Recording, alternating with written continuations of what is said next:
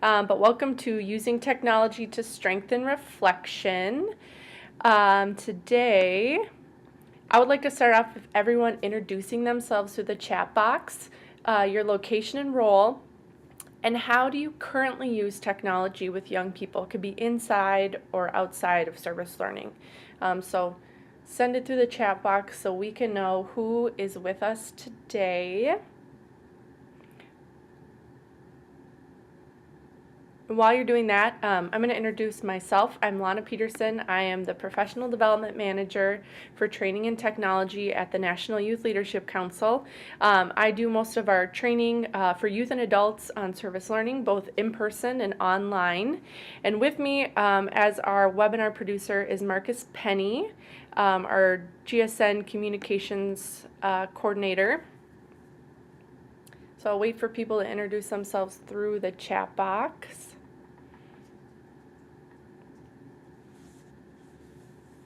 And just a little bit about me, my background's in elementary education, but currently I'm pursuing a master's in learning technologies, and so I'm very interested in how technology and service learning, or the elements of service learning, come together, and sharing that with you all and kind of talking through all the different technology tools that we could be using.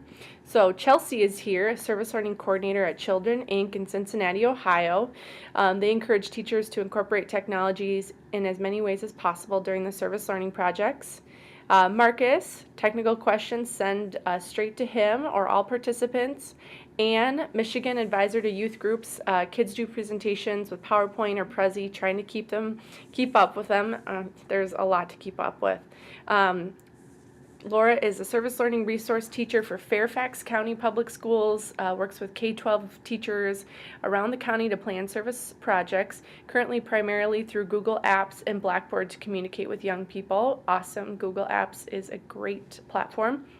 Brianne, let's see, service learning facilitator for 18 to 24-year-old AmeriCorps members in Vicksburg, Mississippi. The AmeriCorps members spend 8 of 10 months in the field at various sites throughout the country doing volunteer work, a lot of communications with members via the computer. Paul, president of Involved Inc. Get Involved online application helps students track volunteer and work hours, connects students to career exploration in higher ed. And Lisa is a youth leadership program coordinator for Kiwanis International Youth Program Leadership Programs. Awesome.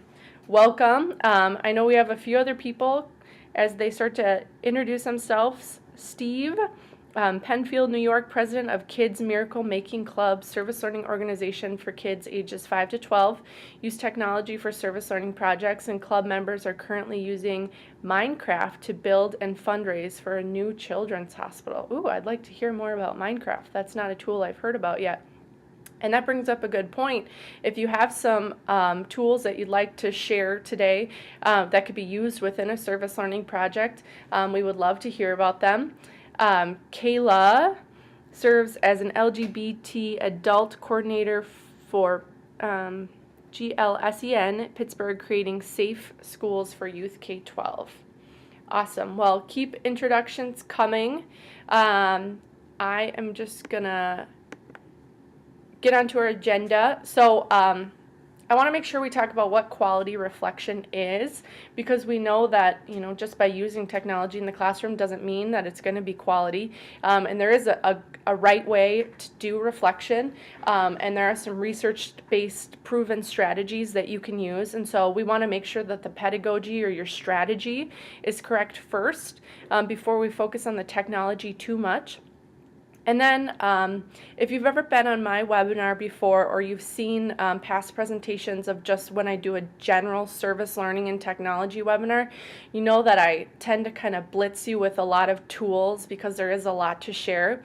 Today I'm really going to try and go deep, show you how to use the tools, and show examples of how people have used those tools. So I've tried to confine myself to not as many as I normally share, and just to let everybody know, we're going to send out email by the end of the week with all of these resources. So I don't want you to feel like you're racing to write everything down.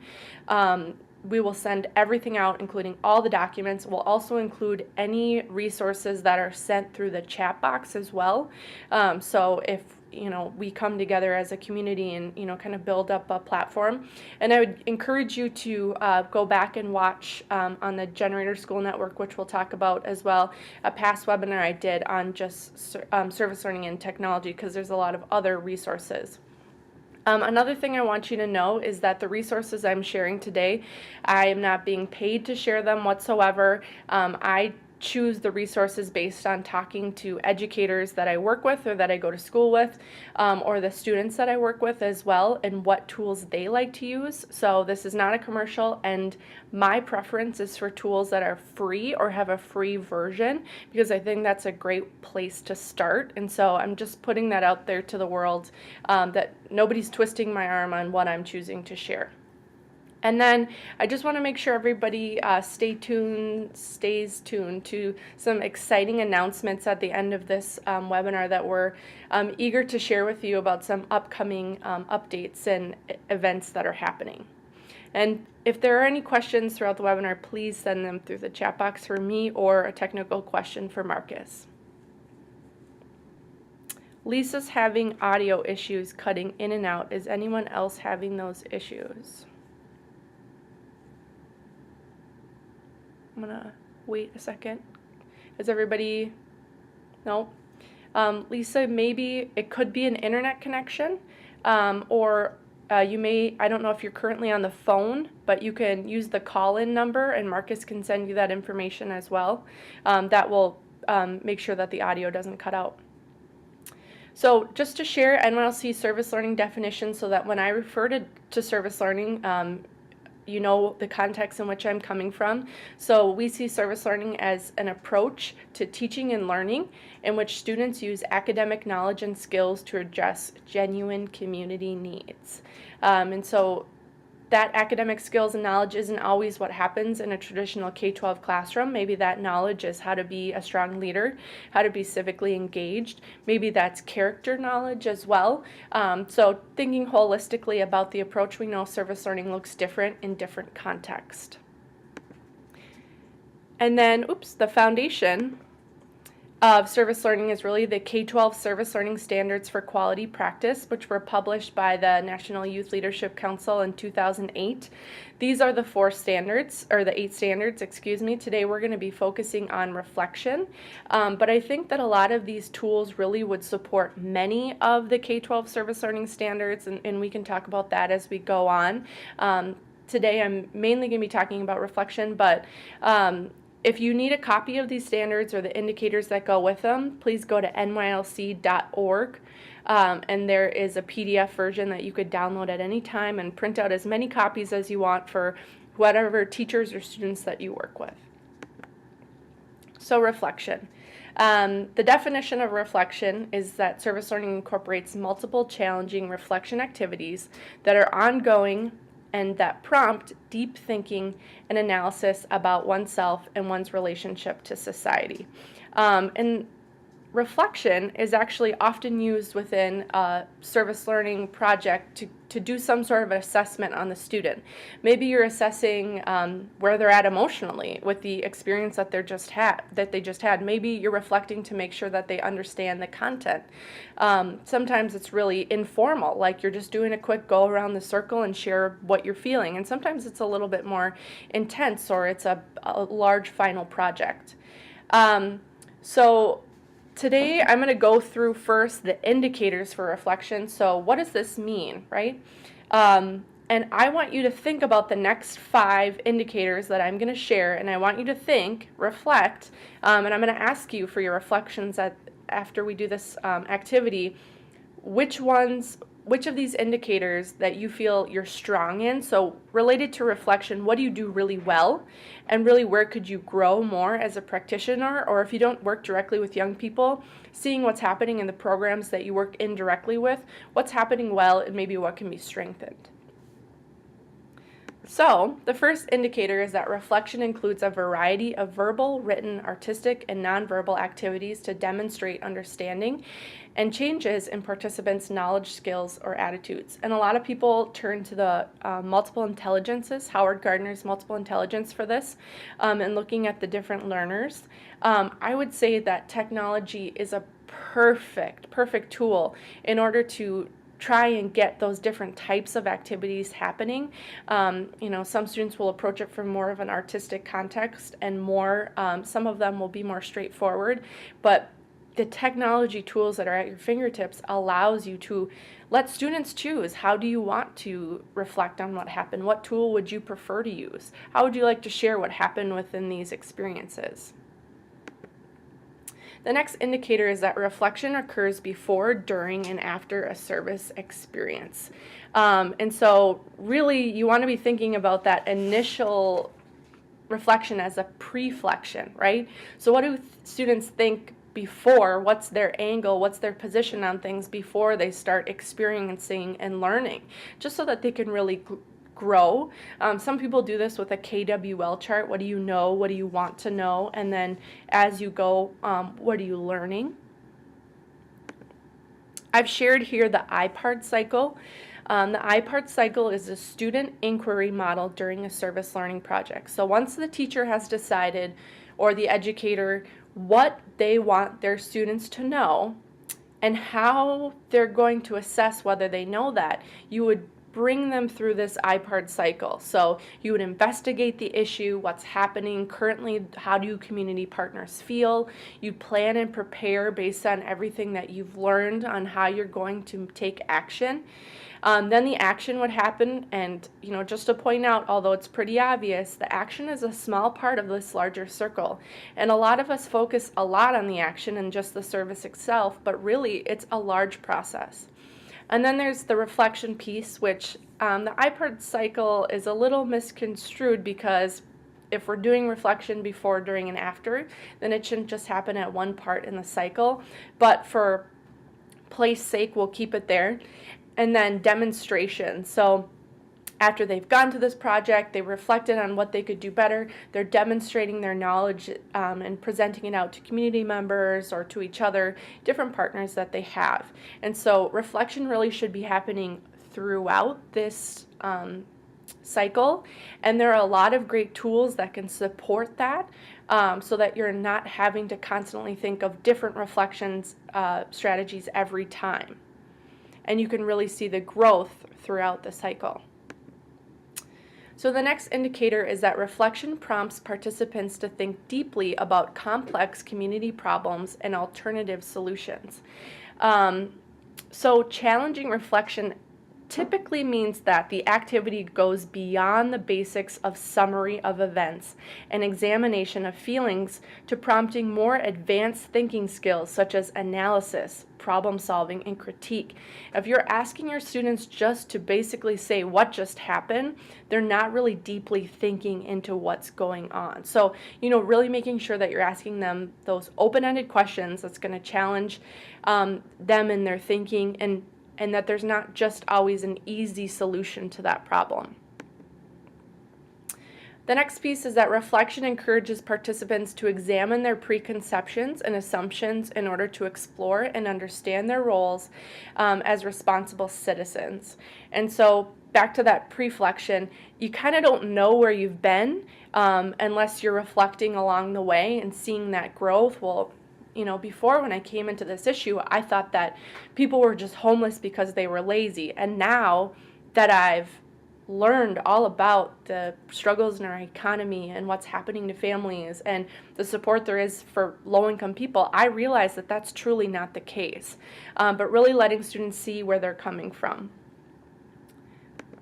And then the last one is that reflection encourages participants to examine a variety of social and civic issues related to their service learning experiences so that participants understand connections to public policy and civic life.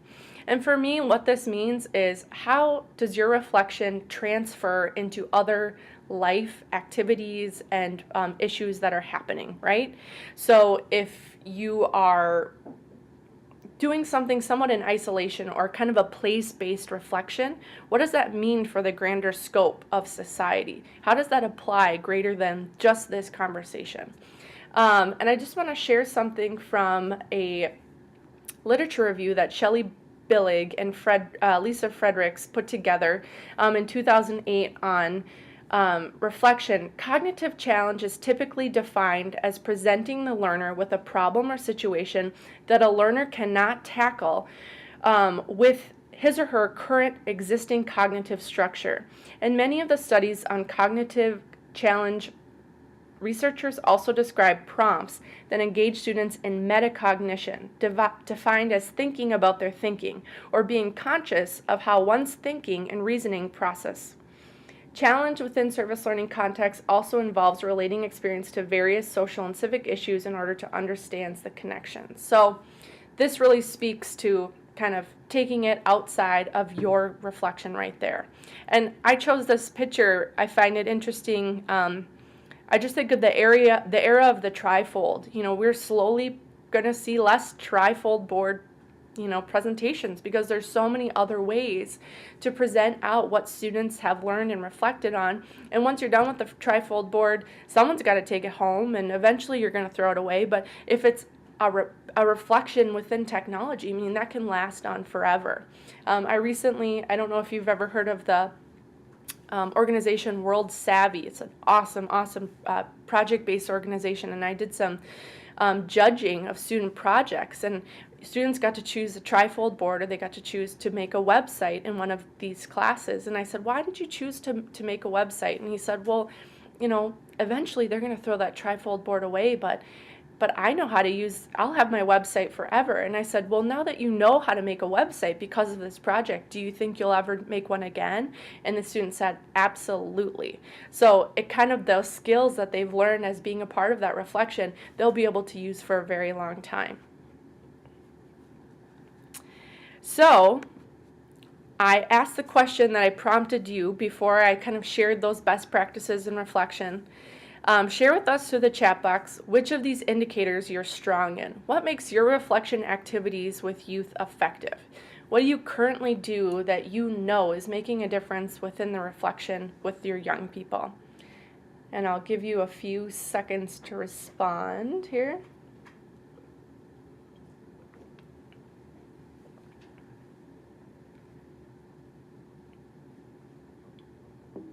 And there's no wrong answer. Just share what you're really proud of related to reflection. It doesn't have to have anything to do with technology. Just quality reflection with young people.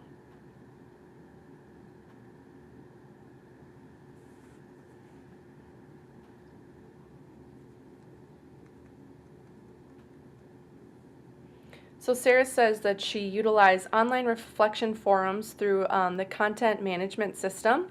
It gets the more shy students involved in safe space to voice their opinions. And that's really interesting, actually, because there is some research out there that people do interact differently in an online setting than they would in a face-to-face. And I don't know if it's completely proven yet, but they're saying that oftentimes students who tend to be more shy or introverted do better in an online forum because they get the time to really think about their response. They're not necessarily put on the spot. They have a moment to think and then respond and kind of choose their words very selectively. And sometimes it's hard for verbal processors like myself to really put my ideas into writing for the way that people would understand. So Laura Wells shares a lot of service learning is taught through civics classes. So we have a strong connection between service learning, public policy, and civic life. Awesome. Yep, so there's that real world connection for them to be able to see how does this go beyond the classroom. Brianne says that she encourages her corps members to let reflection on one service area lead them into a solution into another service area, asking the questions that make you think about more questions. Why does this person need a Habitat house? Did they have opportunities in their youth? Did they have a good education? That's awesome, and that shows that it's not a linear process. It is a cyclical process because it keeps going and we keep understanding deeper and deeper about the social justice issues that we have. Steve shared interaction with my kids. They help interaction with local professional who provide workshops in club member areas of interest. Current service learning focus is for club members to help kids with physical and developmental challenges. That's awesome. I'm going to flip the question, and more prompts, more people may be sharing through. But on the flip side, where can you grow as a practitioner related to reflection? Which of the indicators that I listed in the area of reflection do you have an opportunity for you? Can you grow?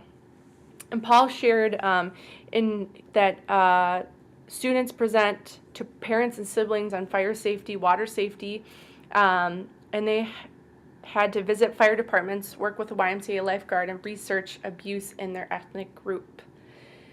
And Anne says, we work with international high school students. We do regular orientations with them in groups so that they can compare and contrast their experiences here with what their experiences in their home countries are, and hear what other students' experiences are. So when they do a service project, they learn much about how service learning is done around the world. And that's really powerful too, because some of the problems that we see in higher ed service learning is that it's not that person's home. And so it's hard to feel passionate about a place that you don't necessarily live in. That's not where you're necessarily from. And so that's a great example of a way to get students connected to seeing what local issues really have a global focus as well. So if there's anybody willing to kind of share where you can grow as a practitioner related to reflection, Brianne says, I want to learn more about Bloom's taxonomy. Absolutely. Levels of depth of thinking, and explicitly challenge my corps members up this ladder through activities and questions on different levels. Absolutely. And I really believe, at the top of Bloom's taxonomy, those synthesis type reflection things, that really has to do with the way you pose the question to the students. It can't be a yes or no answer. It can't be a do you understand or do you remember what we did, but challenging them to apply those experiences beyond the context. Laura says, I think we all need to improve in offering a variety of reflection activities and challenging students and teachers' assumptions. Absolutely. And oftentimes, teachers often use the reflection style in which they prefer, which isn't always what works for, the whole class. And so you may have to analyze, am I doing too many writing-based reflections? Am I doing too many oral-based reflections? Are the students having the opportunity to move around or interact? Are they having the opportunity to work both solo as well as with others? Jill said, share experience through free writing, drawing, creating music, poetry. Challenge is by choice, so sharing out is not required. Absolutely. Yep. So whatever feels comfortable for that student in that safe space.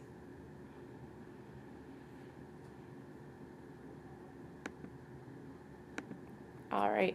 So if any more come through, I am going to move. Thank you all for being open with everybody. I really believe that, we are a community of practice. We need to be sharing and learning from each other, and open and honest of not just about the things that we believe we do well, but also the areas in which we want to improve. So I really appreciate those that were willing to be a bit vulnerable with the rest of the group. I'm going to show you one document if you want to keep with this idea, and this will be in the email that we send you. This is the service learning self-assessment. So basically, it was a process that was created so that you can self-assess where you are within these K-12 service learning standards. This is a PDF document, and you kind of go through each one of the K-12 service learning standards and rate yourself based on the rubric. And then at the very end is kind of the overall assessment report. And then really from there you can base off where do you want to grow as a professional, and what are your upcoming goals related to reflection. So that will be sent out. Don't worry about downloading it. We will send it out to everybody. Now I'm actually going to share my desktop with you so that I can guide you through some different tech tools that we have, and different ways to use them. And this is kind of new for me, so I'm not exactly sure how well I'll be able to see comments that come through once I do this. So let me see. Oh, here we go. I put the little chat box up so I can see, just in case we chat. But I'm going to go through, basically I'm going to show you a tech tool that I really love, and then I'm going to show you a runner-up that I think does kind of similar type, a similar type of a process or a tool. So, and then hopefully you can see different ways to use it. But the first thing I want to show you is Flipgrid, which I think is an amazing new tech tool. Basically, it's a 90-second reflection. So I'm going to show you admin login here. It's pretty easy, and they just are coming out with a new app. Stay tuned on that. But that's really, so this is kind of the back end that you see, and these are your different grids, and this will all make sense in a second. But you would just add a new grid, and I would say reflection, right? And you can lock the grid if you want, if you only want your students to be able to see it. You can moderate the grid if you want to be able to look at students or any participants' reflections before it goes. You can make it active, and you can also make it notify you if you want an email every time someone does a reflection. So I would add a new grid, and then within your grid, which will make sense, you would add a question.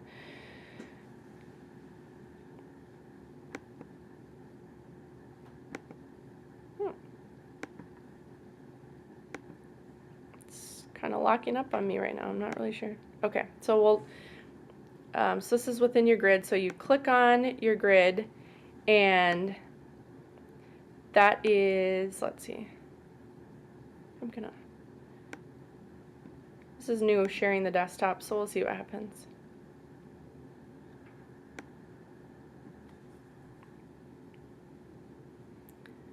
Just gonna reload really quick. And that's also the beauty of technology, right?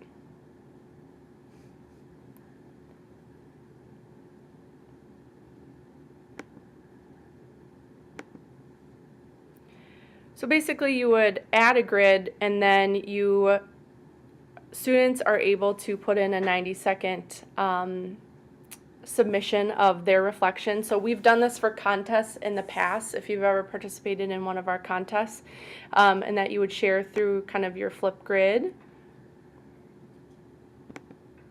That is so strange to me why it's not. I don't know if it's my computer, so I feel bad. I don't want to give them a bad rap. But yeah, basically it's a 90-second reflection, and then students are able to share through there. And I wish I could, you can see a demo here. That's a little bit better. I'm so sorry it's not working for me. I don't know if it's my internet. But anyways, we'll move on for now. But another way of doing that is doing a video selfie. And so I want to share how I have my students do a video selfie. This is on the GSN. And basically, the students recorded themselves, and young people love to take selfies. That's probably a stereotype, but you see a lot of them. And so this time, instead of just taking a picture selfie, I had them do a video selfie. And so this was the reflection. Name your favorite food, the most impactful part of NYLT, and any ideas for bringing content to NYLT. And so then the students then uploaded their video selfies and learned how to embed the selfie within our discussion forum. And although I was interested in hearing, and there was some cat videos on there, of course, can't have no cat videos, I was interested in hearing their reflections. I was really interested in just teaching them how to embed a video and showing them that this is one process that they could use within their project tool. And so kind of a video selfie is another way of doing this, using YouTube if you want. I want to show you, back to our desktop, a video that was created. So instead of thinking of just the students reflecting on themselves and sharing their own personal opinion, another reflection is to share the where they're feeling as a point of action. And so this is one of my favorite videos it's out of Guilford County, North Carolina, and it's about not texting and driving. And I just think it's fascinating and or really well done. And I'm going to share it for you now, and I hope you enjoy it.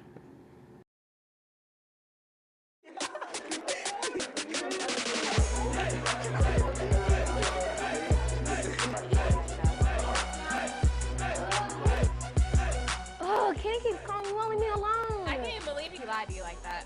I say you ignore phone calls, text messages, Facebook posting. Oh, I say kick him to the curb. He's lame now. Well, I did come out there. Might as well.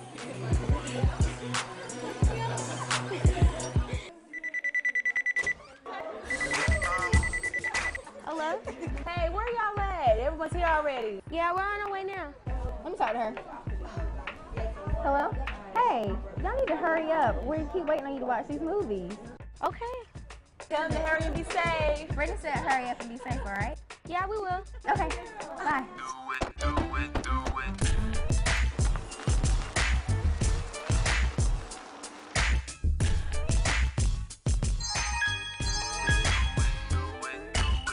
Oh my gosh, look what Kenny sent me.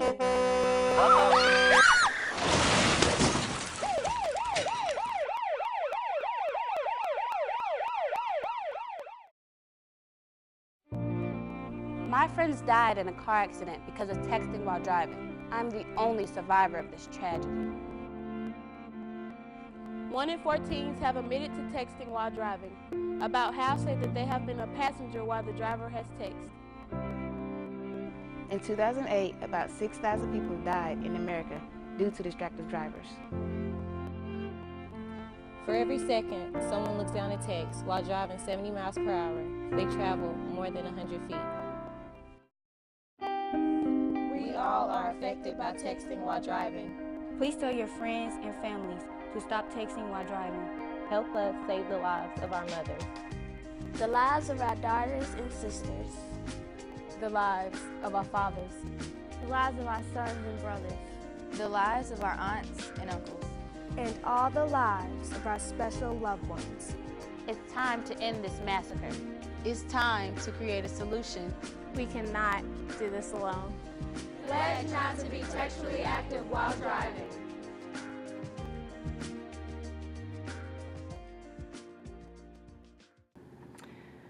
Pretty amazing video, I would say, and you know that's really on the other end of the spectrum of just a student kind of sharing,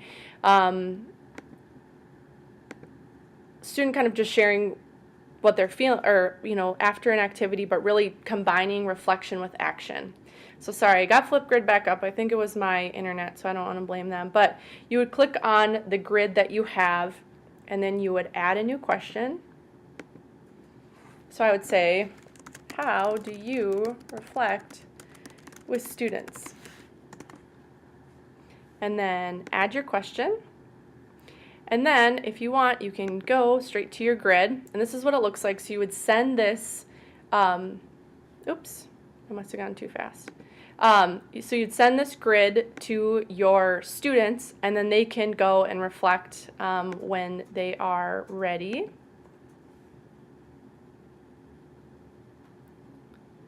And then you can hear all of their responses. And then they're able to put in a 90-second response. And now they do need a camera and a microphone in order to do this. And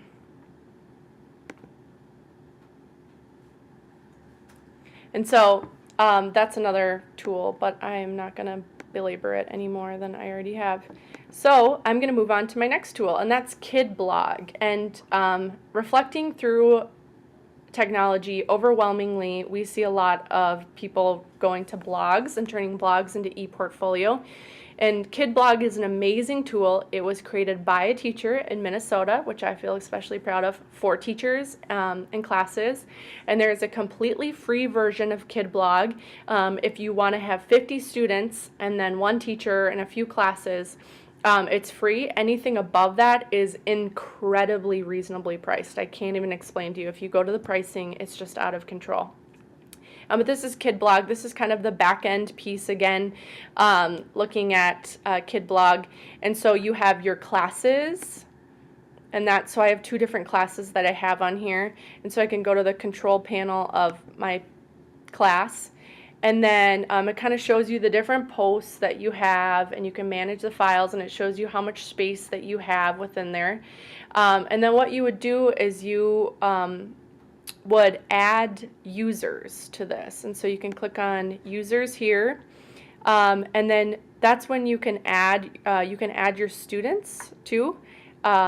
So you can either add your students one by one, so add new users, or you can do a bulk create user. So basically in a bulk create user, you would just insert a PDF file with all of your students' names in one column, and then in the next column is a password for them. And they even have an example of what they want it to look like. You upload the CSV file, and then they're all users on KidBlog. And so then they would all show up here, and then they can all contribute to a blog. And then on KidBlog's website, they all sign in using a 4-digit password, whatever you decide to assign to them. You can also send that link to parents, and then they can see the KidBlog as well. So if I went to my class blog, I just created this for this webinar. You don't see much, but you can change the way this looks. And then if you do want to pay for that upgraded version, you can change the different colors and things that you have on here, but that's not necessarily that's not necessary to make this work.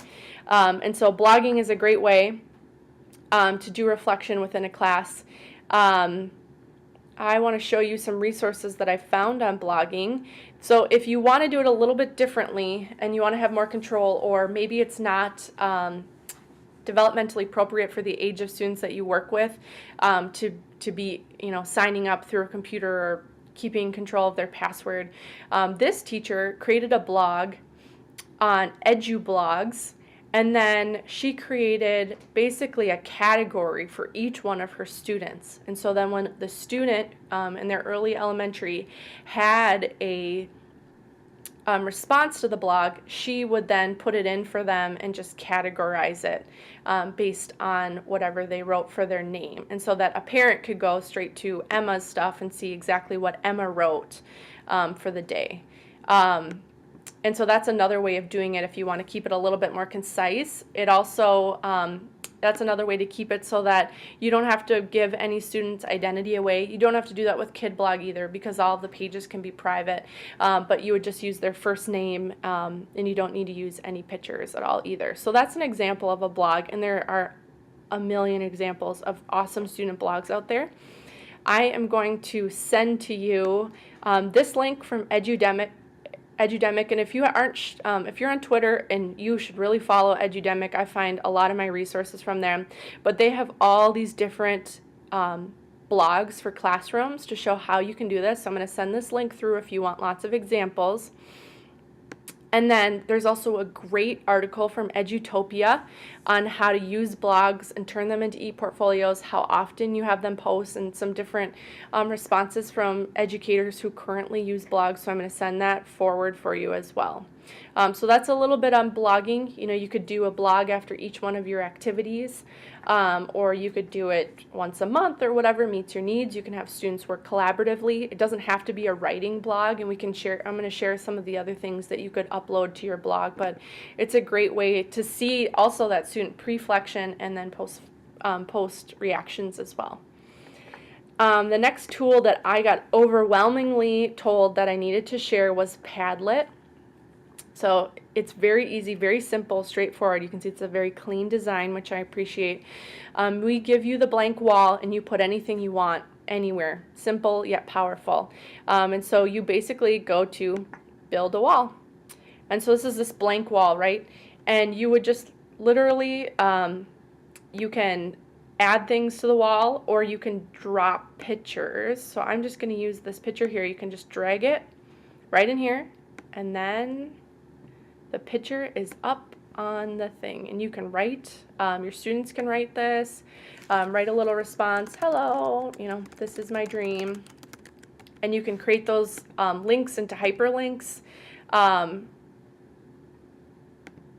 you can share it, so share and export, so you can send the link to your students, and then they can all add to it at one time. You can make it private if you want. It's kind of like a Google Doc, except for almost like little Post-its that you can really make interactive instead. And so I want to show you one that someone has already created. So these are some examples of the different Padlets that have already been created. You can also go into, for instance, teaching. Here's an example of how a teacher used this within a classroom. So all of the students shared their reflection, do a quick post-it. They wrote what their name was, and then it said make a sentence using this word and post it here, right? So that's a quick activity that you could do, asking people to reflect on what happened.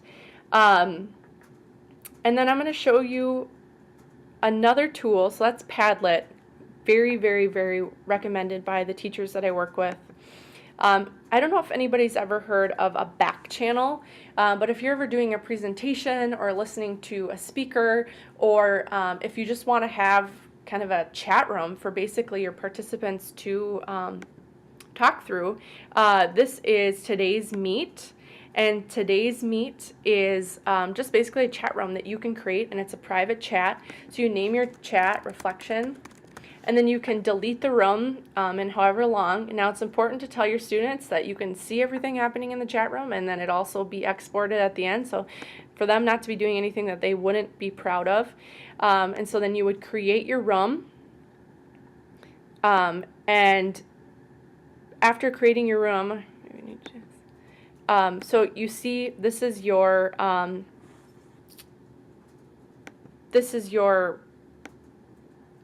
link that you would send out to everybody. And now, oh, it looks like somebody already has a room called Reflection. So look at this. It's already in here. That's really random. That doesn't often happen. And so then you just send your name, but that's a great example of what's happening in here. And you would click join, and then you can say whatever you want. Like, I love using technology with Reflection.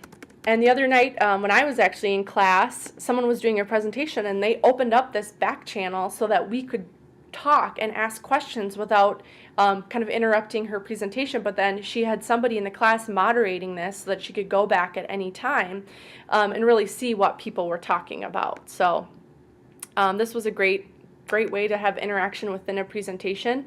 She also had everybody do hashtags. So she did, like, if you have a question, hashtag whatever you're saying with wonder.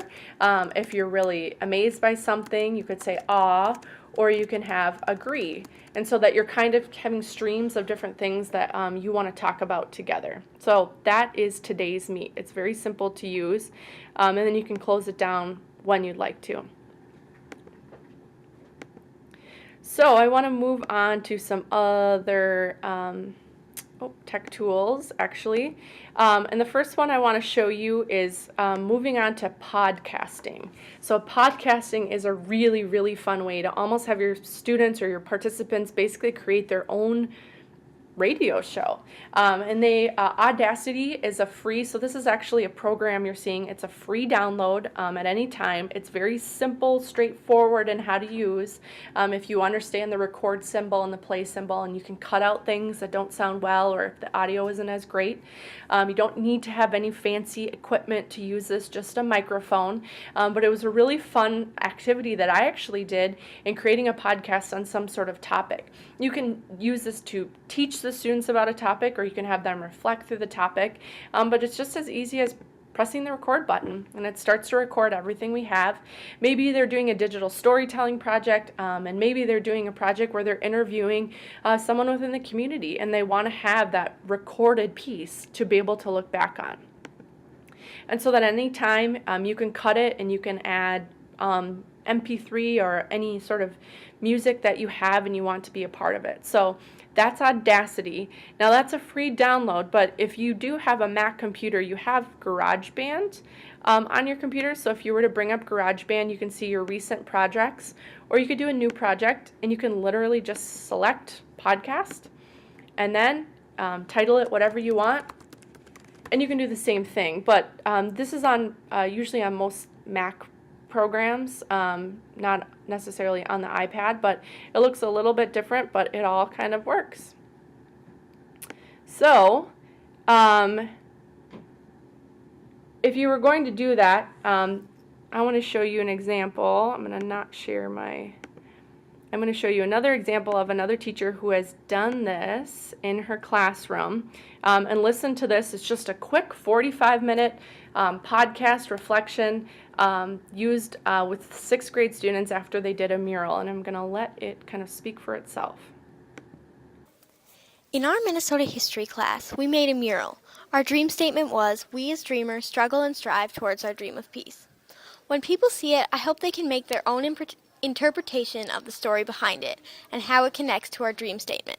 I hope it will inspire them to make their own dream statement. When we look at our mural, I hope it will continue to amaze us and remind us of our dream. A connection I made between our dream statement and the past would be the labor union. They struggled and strived towards equality, better conditions, and peace.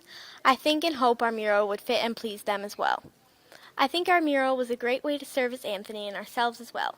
It taught me to listen better to myself and others, also how to focus and think deeply about my own history. So that's an example of just a quick podcast reflection that you can do with students with any sort of program that you want, and you can upload it directly if you have a class blog or a class website. You can upload it, or you could just send it as an MP3 file. Some people are starting to use iTunes more for their podcasts and uploading it there, so that's another option for you as well. I am going to share my desktop again so that I can get back to some of the tools we're using. All right, so the next tool I want to show you is Voki for the web. Voki is a cool way to turn any sort of language or description or communication that you want to do into a fun little animation. So as you see, I chose to do a piece on policy advising using a hamster. So you can get as creative as you want with that. It doesn't have to be quite that creative of an animal, but who knows, maybe for younger kids that's more exciting. So you just create a new Voki after you sign in.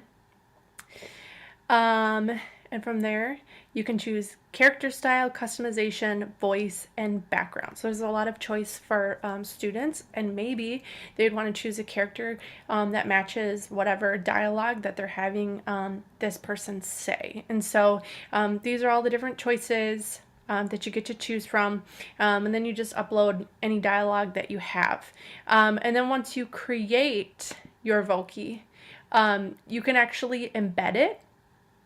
So if I wanted to take this and send it, I can send it to a friend, or I could embed it somewhere, publish your Voki. You could publish it right onto a website. And so if you had a class blog, you could have lots of different Vokis with their description along the way. As you see up here, you can learn how to do a Voki, as well as there are lesson plans if you're looking for an on-ramp of how to use this within your classroom. So that is Voki. Also, if you're looking for more ideas of how to use this, I did find this example page of different ways to use Voki and how it aligns with different core competencies and standards. And so I'm going to pass that link along to you as well, and hopefully that meets your needs. And there's lots of showcases of this on the internet.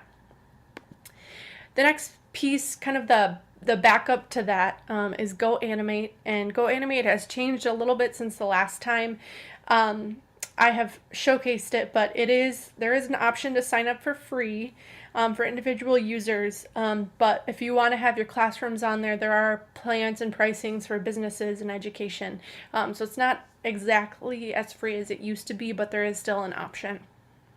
So that's the backup. The next piece I want to show you is VoiceThread, and VoiceThread is so dynamic. There's so many different ways that you can use it. And so first you would just create, and Create's very open. You can upload things from your webcam. You could upload something from a URL, so a video, or you could upload possibly a picture from your computer. So I'll just do that just to get it all started up. Let's see here. I have some index card here.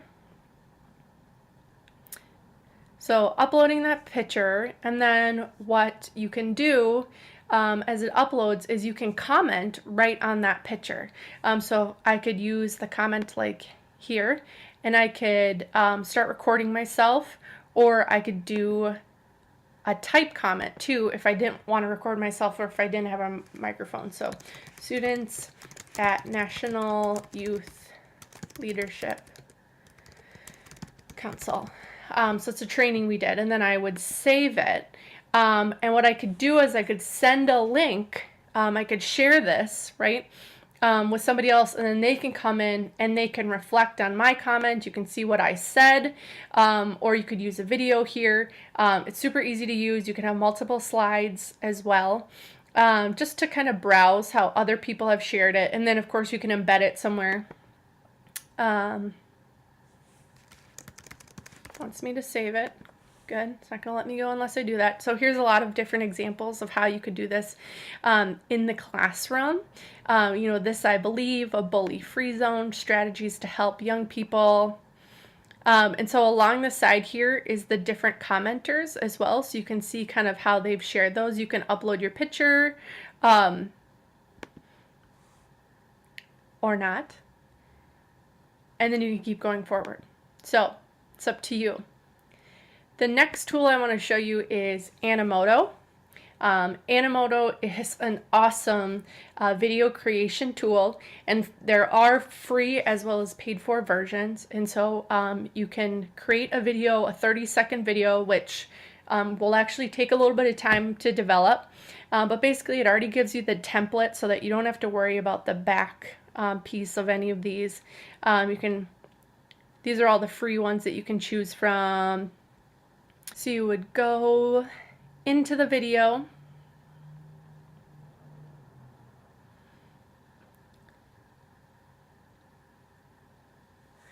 And then you can upload your own photos. You can upload them from any of these pieces. So if you wanted to have a class website that has all the photos that you've been taking while you've been out in the field, you could do that as well, so your students could pull from them easily.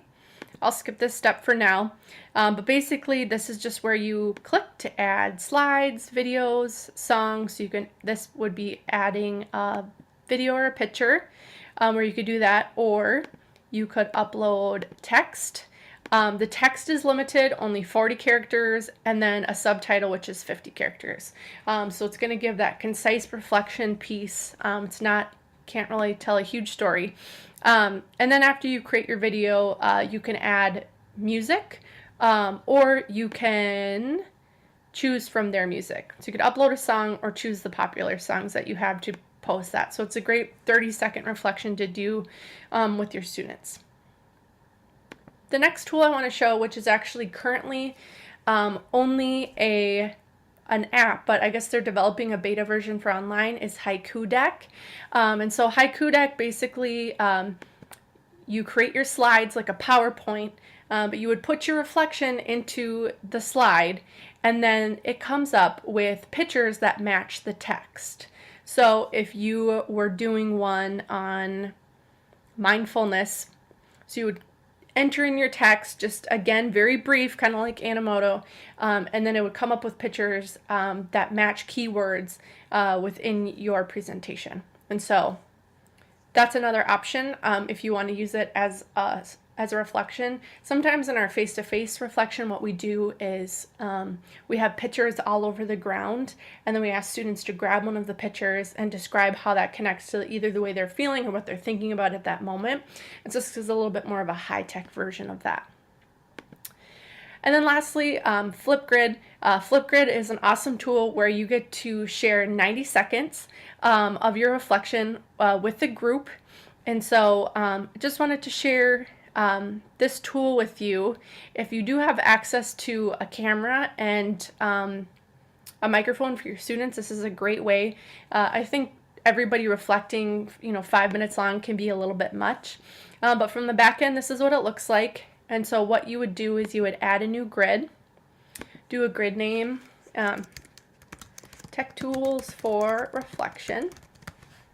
You can make it private, and so you could do a password for that grid. You can also moderate the grid if you want to make sure that you get to see posts before they're up there.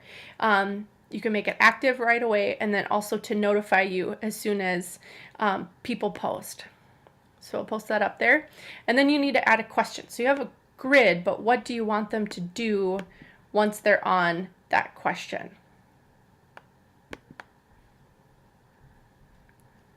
So that is your hyperlink. This is your tool. If you click this, then you can add a new question at any time. So, what is your favorite tech tool for reflection? You have your question date.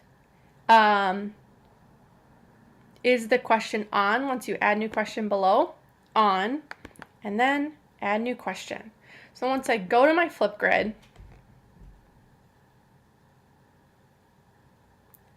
it's building it up. And just to let you know, they're coming out with an app for this as we speak. So it looks like a blank slate. You have your question at the bottom, but then you would add a question. So you agree to the terms, and then you would say allow, and this is going to turn on your, here we go. There I am. It's going to turn on your camera, and you see at the top that the audio is working. You can do some different looks for yourself, and then you're going to smile, take the picture, and if that looks good, then you move on to the recording. And so I'm going to go on and begin my recording to my question.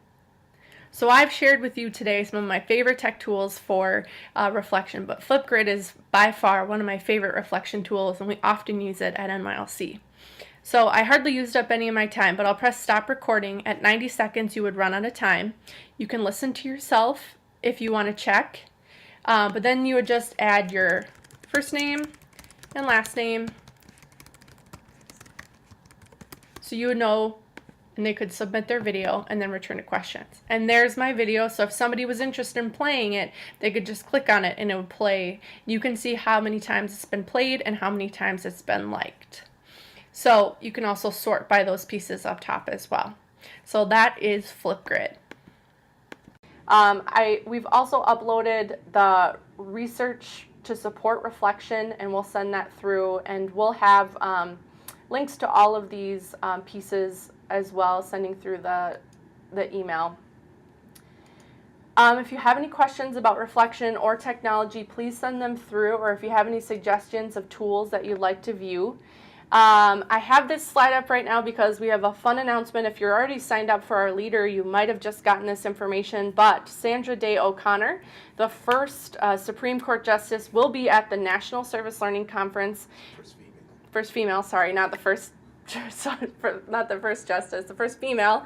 1981, I believe, was the year, and she will be at our conference April 9th through 12th in Washington, D.C. If you're not sure if you, we still have so many opportunities if you want to showcase some of your projects. We've lowered our rates this year. We have nominations for awards if you'd like to get those in as well.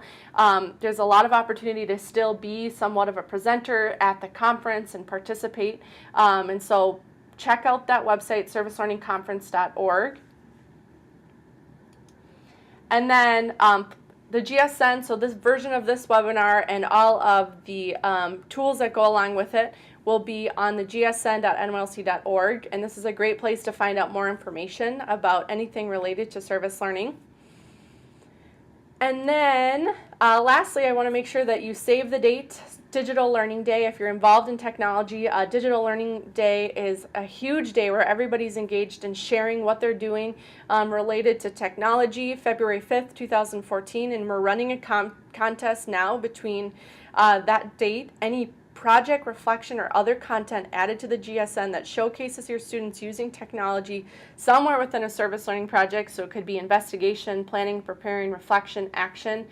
You'll be entered to win gift cards, iPods, Kindle Fires. We have tons of prizes to give away, so get that information up. The more you can share, the better, and if you do multiple submissions, we'll enter you in multiple times. And if you would like to get in contact with me, my email is lpeterson@nylc.org. I would love to hear from you. If you have any questions or suggestions, I'm sorry for any technical difficulties we had today. That's the beauty of technology and reflection, right? And so thank you for joining us, and we'll stay on the line for a little bit longer if you have any questions. Thank you.